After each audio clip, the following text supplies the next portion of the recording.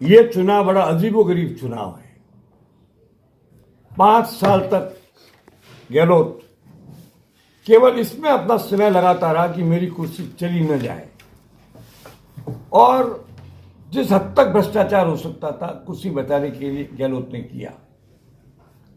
पिछले 6 महीने में उन्होंने सरकारी धन का जितना बड़ा दुरुपयोग किया है, जो धन विकास में लग सकता था उसको उन्होंने मतदाताओं को भ्रष्ट करने के लिए उन तक पहुंचाने का भी प्रयास किया।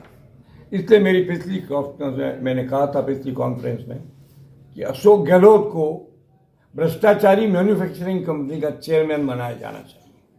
उसने जिसके हाथ लगाया भ्रष्ट हो गया। आप लिस्ट लो, धर्मेंद्र राठौर ईडी का मुलजिम, उनका बेटा खुद ईडी का मुलजिम, गर्ग मिनिस्टर ईडी का मुलजिम, और जो दल बदल करके बसपा के एमएलए आए वो सब पैसे से आए। यानी जितना दुरुपयोग करके ईमानदारों को भी भ्रष्ट बनाने की मैन्युफैक्चरिंग कंपनी की जाए तो उसके चेयरमैन गहलोत जी है। इसलिए हार तो तय है। इससे कोई समझे कि मैं ये पीछे कुछ दे दिवा करके या प्रेस को अपना बना करके लोगों के विचार नहीं बदलेंगे। मैं पूरा राजस्थान घूम के आया हूँ। मैं आपको संभाग वाइज बहुत शॉर्ट में बता रहा हूँ। मारवाड़ संभाग में 41 सीटें हैं, नागौर सहित। इसमें हम 15 सीट जोड़ देते हैं बीकानेर की और गंगानगर की। 56 सीटें हैं। एबीडब्ल्यू के हिसाब से अशोक गहलोत को इनमें से 18 सीट मिलने वाली है। मैंने भी एक एक सीट का हिसाब किया है। 17-18 से ज्यादा कांग्रेस को सीटें नहीं मिली। इसका कारण है कि इस इलाके में सचिन पायलट नहीं है। कांग्रेस की कुछ इलाकों में सीटें बढ़ी गई, वही मैं आपको बताऊंगा। मैं कल गया था पूरे उस इलाके में, दौसा, सवाई माधोपुर, उस इलाके में, और मैं भाजपा का जबरदस्त समर्थक हूं, बिना भाजपा का सदस्य बने, क्योंकि मैं स्टेट का प्रभारी हूं बहुत बड़ी पार्टी का। तो मुख्यमंत्री का हमारा ये वादा है कि समान विचारधारा वाली पार्टी का हम सहयोग करेंगे, और हमारी समान विचारधारा वाली पार्टी भाजपा के अलावा हिंदुस्तान में कोई नहीं है। इसलिए हमारी इच्छा भी है, मन की भावना भी है। दूसरा, इनके पास में कोई चेहरा नहीं है। हमारे पास इन्होंने कहा था आप एक नरेंद्र मोदी के चेहरे पर चुनाव लड़ रहे हो। मैंने कहा अरे भाई, नरेंद्र मोदी के चेहरे पर तो पाकिस्तान को हरा दूं, इस चुनाव की क्या बात करते हो। जिस आदमी ने भारतीयता, राष्ट्रीयता और देशभक्ति का कीर्तिमान बना दिया हो, जिस आदमी ने पहली बार आज से 40-50 वर्ष पहले एक वक्त आया था जब कैनेडी, खुर्शीद, जवाहरलाल नेहरू विश्व का भविष्य तय किया करते थे। उसके बाद पहला मौका आया है। कहीं भी दो राष्ट्रों में लड़ाई हो, दो समुदायों में लड़ाई हो, अगर नरेंद्र मोदी का हस्तक्षेप है तो 50% से ज्यादा राष्ट्र उसको स्वीकार करते हैं। ये भी एक कारण, सेना का उत्साह, विज्ञान की प्रगति और भारतीयता, राष्ट्रीयता, समन्वय और सिद्धांतों के लिए जब ये कहा करती थी कांग्रेस कि 370 की धारा हट गई तो कश्मीर में रक्त हो जाएगा, एक बूंद भी कतरा गिरा क्या खून का, हंसते हंसते एक दिन में 370 की धारा को मिटा दिया। ये हिम्मत और साथ हमारे नेता नरेंद्र मोदी का। तो नेतृत्व में भी कांग्रेस शून्य। अब उसके बाद में कांग्रेस ने प्रचार में रिकॉर्ड कर दिया है। इससे होता नहीं है कुछ भी, और भीड़ करने से भी कुछ नहीं होता है। मैं आपको एक उदाहरण दे रहा हूं भीड़ का। महेंद्र सिंह जी टिकैत इंडिया गेट पर 4-4 लाख आदमी ला करके 7-7 दिन बैठते थे, और पूरे चुनाव में उनको एक एमएलए नहीं जीता। तो अशोक जी की गलतफहमी मिटा दीजिए। चुनाव चालू हो चुका है। मारवाड़ की यही स्थिति है। बागड़ जो एरिया है, मैं आपकी वहां की स्थिति बताऊं, वहां की स्थिति यह है 17 सीटें कुल है। 4 तो झालावाड़ की है, वो तो 4 की 4 वसुंधरा के नेतृत्व में हमको मिल रही है। 17 में से 5 सीट आई, ज्यादा से ज्यादा। मैं कल उदयपुर में था, 2 प्रेस कॉन्फ्रेंस थी मेरी, सारा प्रेस वहां मौजूद था। उदयपुर के अंदर जो बीटीपी का एरिया था, जो आदिवासी और ट्राइबल, उस पर डिवीजन हो गया। अब आप चालू करोगे उदयपुर शहर से, उदयपुर ग्रामीण, नाथद्वारा, राजसमंद, आप पूरे इलाके में आ जाओ, ब्यावर तक कई कांग्रेस का नामो निशान भी नहीं है। सचिन के इलाके में कांग्रेस है, जिसको मैं स्वीकार करता हूं। वो कौन सा इलाका है? या तो गुजर बेल्ट, पर वो गुजर बेल्ट में सचिन कितना इंटरेस्ट ले रहा है मुझे तो डाउट है। सचिन के साथ जो अन्याय हुआ है कांग्रेस के अंदर, ये उनकी इंटरनल बात जरूर है। इतना आप भी जानते हो कि पिछली सरकार लाने में उसका बहुत बड़ा रोल था, और जिस प्रकार से उसको तिरस्कृत किया गया वो किया गया। अब आज सबसे बड़ा समुदाय जाट, आप मुझे ये बताइए, 4 पीढ़ी तक जाटों का विरोध किया गहलोत ने। रामनिवास जी के विरोध में नाथूराम जी थे, नाथूराम जी का मैं समर्थक था। मुझे आप एक बात बताइए, परशुराम मुख्यमंत्री बनते बनते रहा, रामनिवास जी मुख्यमंत्री बनते बनते रहे, कौन बना? बलराम ठाकुर को इसने तिरस्कृत कर दिया, नाथूराम जी का कभी सम्मान नहीं किया। तो जाट भी गहलोत के खिलाफ है, गुर्जर भी गहलोत के खिलाफ है, और इस बार बीजेपी ने अक्ल से ब्राह्मण और ठाकुरों को दे दी कमान अपनी, तो राजपूत भी खिलाफ है और ब्राह्मण भी खिलाफ है। गुर्जर वहीं पर राजी है जहां सचिन के उम्मीदवार है, अन्य स्थानों पर गुर्जर कोई इंटरेस्ट नहीं लेंगे, वो देख तक नहीं चाहते अशोक को। तो ये कांग्रेस की जो भयंकर पराजय है, ये पार्टी से ज्यादा इसके नेतृत्व की पराजय मानता हूं। आज भी कांग्रेस के समर्थक तो देश में है ना, श्रीलंका टूट गई, चंद्रशेखर की पार्टी अलग आ गई, रावण की पार्टी अलग आ गई, बसपा चुनाव लड़ रही है, और सचिन में ये आपके यहाँ के अपने क्या नाम भूल जाता हूँ मैं, हनुमान बेनीवाल की पार्टी, वो उनके साथ दुष्यंत चौटाला के साथ में मिल करके आ गई, तो इसमें भी डिवीजन हो गया। आप बताइए कौन सा तबका, कौन सा ग्रुप, कौन सा शहर, कौन सा जिला, कौन सी टीम बची है कांग्रेस में? कांग्रेस की दयनीय स्थिति है। मैं इस पर ज़्यादा खुश नहीं हूँ, क्योंकि मैं भी उस कांग्रेस को भूला नहीं हूँ जिसमें जवाहरलाल नेहरू, लाल बहादुर हुआ करते थे। याद करो इंदिरा गांधी, वो क्या था जमाना, इंदिरा गांधी को यूएनओ में एक प्रतिनिधि भेजना था। उस समय एकमात्र आदमी हमारा अटल बिहारी वाजपेयी था। इंदिरा जी ने पार्टी को छोड़कर अटल जी को वहां भेजा। आज चरित्र कहाँ है? आज तो हर आदमी पर ईडी लगी हुई है। आप बताओ, लाखों बच्चों का भविष्य खराब करने वाले उन मंत्रियों को संरक्षण दे रहा है गहलोत। ईडी ने क्लियर कहा है कि इसके अंदर डोटासरा का हाथ है, ईडी ने क्लियर गर्ग का हाथ है, धर्मेंद्र का हाथ है, देवाराम सैनी के सारे ओएस दिए अशोक गहलोत के। तो यानी फिर मैंने ये कह दिया कि अशोक गहलोत जी आपका प्रमोशन हो गया है, आप पारस पत्थर बन गए। वो पारस पत्थर जिसको छूने से लोहा सोना बनता था, उसकी जगह आप वो पारस पत्थर हो जिसके छूने से आदमी भ्रष्ट हो जाता है। जिसको गहलोत ने हाथ लगा दिया, भ्रष्ट हो गया। एक आदमी इसी टीम में शांति धारीवाल को मैंने जिला अध्यक्ष अपॉइंट किया था कोटा का। आप बताइए कितना भयंकर भ्रष्टाचार है, यूडीएच में कितना भ्रष्टाचार है, खनिज विभाग में कितना भ्रष्टाचार है, पूरी पार्टी भ्रष्ट है। अब ऐसी भ्रष्ट पार्टी को जनता समझ चुकी है, कितना प्रचार कर लो, राहुल गांधी जी को ले आओ, सोनिया गांधी जी को ले आओ, कोई फर्क पड़ना नहीं है। भाजपा की जीत तय है, और मैं आपसे बताऊं वो भी जीत 120 से कम नहीं आएगी। फलोजी का सट्टा बाजार तो ये बोलता है, मैं बोलता हूं 120-25 के बीच भाजपा आएगी। ज्यादा से ज्यादा जोर लगा लोगे तो कांग्रेस, मैं तो पहले 35 बोलता था, पर सचिन अब थोड़ा सक्रिय हो गया है, तो 5-10 सीट बढ़ा करके 45-50 से ज्यादा कांग्रेस नहीं आएगी। कांग्रेस का जाना और भाजपा का आना तय है। अब आप ये कहते हो तो आप मेरा आपका सेल्फ इंटरेस्ट भाजपा में, नो, मैं घोषणा कर चुका हूं कि मैं 3 काम कभी नहीं लूंगा, एक तो कर्ज, एक भिक्षा और एक पद। इसलिए मेरे कोई इच्छा नहीं है। मैं राष्ट्र हित, देश हित, सनातन हित, धर्म हित, सेना हित, विज्ञान हित, भारत के विकास के लिए, पाकिस्तान को अपनी औकात में रखने के लिए और चीन को आंख दिखाने से रोकने के लिए एकमात्र आदमी नरेंद्र मोदी है। इसलिए मैं नरेंद्र मोदी का अक्षुण्ण समर्थक हूँ। मैंने जब शिवसेना का स्टेट प्रभारी का भाग लिया, मुझे राष्ट्र का भी दे सकते थे वो, तो मेरी यही शर्त थी कि मैं किसी भी हालत में इन तत्वों का विरोध नहीं करूंगा जो देश का निर्माण करने में लगे हैं। हाँ, भाजपा में भी कुछ गलतियां हुई होगी तो उसकी सजा जनता देती है, कोई मेरे कहने से बख्शे में थोड़ी हो जाएंगे। टिकट पत्र में हुआ कुछ तो भुगतेंगे, लेकिन फिर भी 120 से ऊपर सीट भारतीय जनता पार्टी की आएगी, 45-50 के आसपास कांग्रेस की आएगी। जब आपके जिले का मैंने आप कई मित्रों से पूछा, उन्होंने बता दिया 10 में से 7 नागौर में आ रही है, तो बाकी जिलों में बताऊँ, पाली 0, 1 सीट भी नहीं आएगी, जालौर में 0, 1 सीट भी नहीं आएगी, सिरोही में 0, 1 सीट भी नहीं आएगी, एक भी नहीं आएगी। बाड़मेर में इनकी 2 सीट आने की संभावना है, जिसमें से 1 सीट तो मोदी जी के भाषण के बाद खत्म हो गई। हरीश चौधरी का हारना तय हो चुका है, और इमरान ने गलती की, खुद लगते तो जीत जाते उन्होंने अपनी सीट कर्नल सोनाराम को दे दिया, उस पर दल बदल का भयंकर आरोप लगा, इसलिए वो सीट भी हारने को है। एक सीट इनकी बालोतरा में टक्कर में है, मदन प्रजापत वाली, और 2-4 सीट और हो सकती है। जोधपुर में 1 सीट अशोक जीतेगा।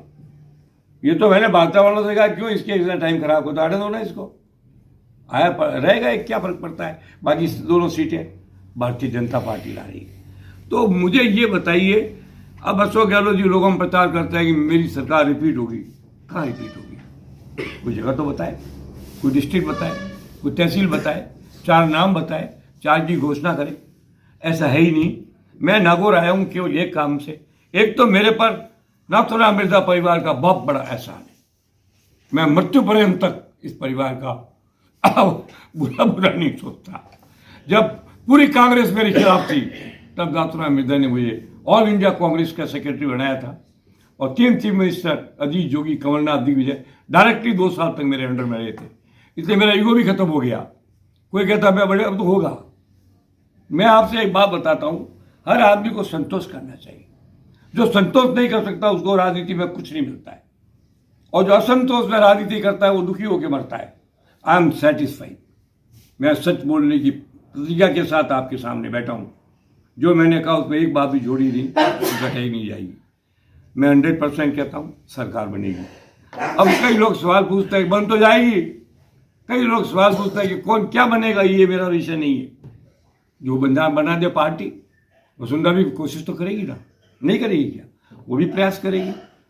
पर एक बात अभी हो गई कि 4-5 जो हमारे बड़े उम्मीदवार थे उनमें से एक भी मैदान में अब नहीं है, वो विधानसभा के बाहर रहेंगे। अजीत जोगी, आपका बीकानेर वाले मेघवाल साहब, ओम जी बिरला, ओम प्रकाश माथुर, कोई भी विधानसभा में नहीं है। जब विधानसभा की बैठक होगी तो अपनी चतुराई से, वसुंधरा को आप जानते हो, मैं तो उनका पॉलिटिकल एडवाइजर हूँ, फुल कैबिनेट मंत्री रहा हूँ 2 साल, मैं ही करता था, मैं डी फैक्टो सीएम ही था। वो एक ही बात कहेगी कि अगला मुख्यमंत्री सदन के भीतर से होना चाहिए, ऊपर से पैराशूटर नहीं होना चाहिए। वो कहेगी। मैं नहीं बोलता, मैं ये आर्गूमेंट देता ही नहीं। मैं उनका तर्क बता सकता हूं जो वो, तब 2 आदमी बच जाते हैं जो विधानसभा में होंगे, बड़े आदमी हैं दोनों। एक नया है, वसुंधरा अनुभवी है। नया आदमी पर कोई दोष नहीं है। वसुंधरा के यहाँ गुण बहुत है, वो मेरी धर्म बहन है। वो मुझे आगे कहती राजनीति छोड़ो तो शायद एक बैंक के नौकरी मांग भी लेता। दिया कुमारी भी नहीं है, एक भी आरोप नहीं है, उसका भी प्रभाव है, उसका भी बड़ा घर है। ये 2 तो ही, और फिर कोई और आ जाएगा तो आ जाएगा, आएगा उसको माला बना देंगे, नहीं आएगा उसके प्रति संवेदना प्रकट कर देंगे। हमारा तो सही काम करने की आदत है। नागौर को मैं जिंदगी में नहीं भूल सकता। मेरे जीवन का राजनीतिक स्थान आज जो भी है उसमें अकेले नाथुराम जी मिर्जा का 80%, बाद में हरदीप जोशी का भी है। पर उस डिफिकल्ट टाइम में मैं नागौर आता था खूब, मैंने सारे टिकट बंटवाए थे। नाथुराम जी ने मुझे जो उत्थान दिया उसका एहसान भी चुकाना मेरे यहाँ आने एक का। इसलिए मैं जानना चाहूँगा किसी हालत में ज्योति जीते। मैं ज्योति जी की वकालत करने के लिए नहीं, मैं ज्योति जी जबरदस्त स्टील के तरह समर्थक बन के आया हूँ। और आप सबसे निवेदन करूँगा कि हिंदुत्व, राष्ट्रवाद, देशभक्ति के साथ नाथुराम जी का चरित्र और उनकी उपलब्धि। नाथुराम अमर है, इसलिए नहीं कि वो बड़े नेता थे, जब पूरा हिंदुस्तान हार गया था, एक एमपी जीते थे, वो नाथुराम मिर्जा थे। नागौर का गौरव बढ़ाया उन्होंने। क्या होगी आपके नजरिए से, निर्दलीय विधायक की बाढ़ भी आने वाली है? देखिए, वसुंधरा विधानसभा तो आएगी ना, जीत रही है। विधानसभा में विधायक वसुंधरा अलग होगी, आज सिपाही वसुंधरा अलग है। और मैं भी बंधा हुआ हूं ना, मैं हर बात का जवाब सच्चाई पर दूं, ऐसा राजा हरिश्चंद्र नहीं हूं। मेरे भी अपने कुछ पॉलिटिकल थिंकिंग है। वसुंधरा का मतहीन कभी नहीं होगी, मतहीन कभी नहीं होगी, लेकिन मोदी और अमित शाह की इच्छा के बिना वो पदासीन भी नहीं होगी। तो मैंने आज से 1 साल पहले वसुंधरा जी को इंटरव्यू में कहा था कि आप किसी भी हालत के अंदर, आपको जनता की लोकप्रियता में नहीं है, आपने काफ़ी उपलब्धियां की है, बड़े बड़े आरोप झेल के भी आप रही हो, भयंकर आरोप लगाए थे कैलाश ने, आपको किसी हालत में नेतृत्व का विश्वास प्राप्त करना चाहिए। और मैंने दिया जी को भी राय दी कि आपको जनता का विश्वास प्राप्त करना चाहिए।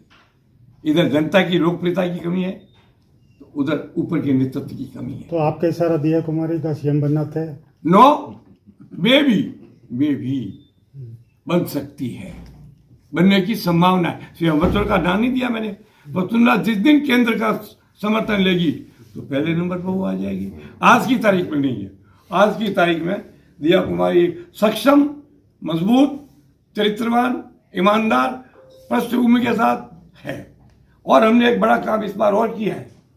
आपको सुनकर, आप सुनकर इसको अप्रिशिएट करें तो बता रहा हूं। उदयपुर में महाराणा मेवाड़ का वंशज सैकड़ों वर्ष बाद पहली बार चुनाव में उतरा है। दिया कुमारी हम उनको लेके आए थे विश्वजीत को। अब लोग कहते हार जाए तो हार जाए। हारने को तो आप भूल, इंदिरा गांधी हार गई थी ना, भूल गए क्या आप? संजय गांधी भी तो हार गया था। निर्दलीय कितने जीतेंगे आपके हिसाब से? बता रहे हैं 15 से 20 निर्दलीय जीतेंगे, जो वसुंधरा के भी होंगे, अशोक गहलोत के भी।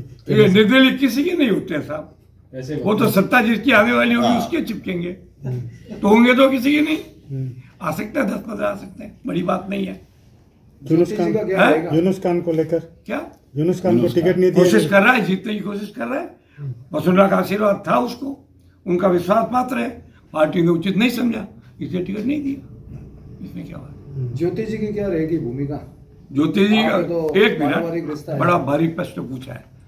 जब किसी आदमी को चुनाव में आने के बाद एलिजिबल माना जाएगा तो भूमिका भी तय होगी।